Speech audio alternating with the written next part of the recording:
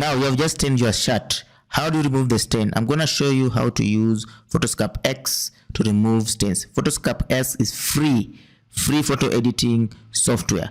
So what will I do? I'll just go to where my picture is. For example, I use this one here. I'll just drag it here like that.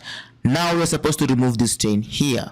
So how do you remove the stain? I'll come to tools here, click tools, then I'm going to come here and choose something called spot healing brush. Then I'll just do this. Now it will give me this platform here whereby I can increase the size of the brush, or I can just, for example, if I increase, you see this is the brush. If I increase, this is how big it will, but I just want to use, you can even use this one here. So I'll just come here. This is the stain I want to remove. I'll just come, click and hold and just drag like this, like that. Then just like that, it has removed the stain, but you realize here doesn't look good. So I'll just come just a little bit like that, yeah, like that, until it becomes okay. Also, if I remove this one like that.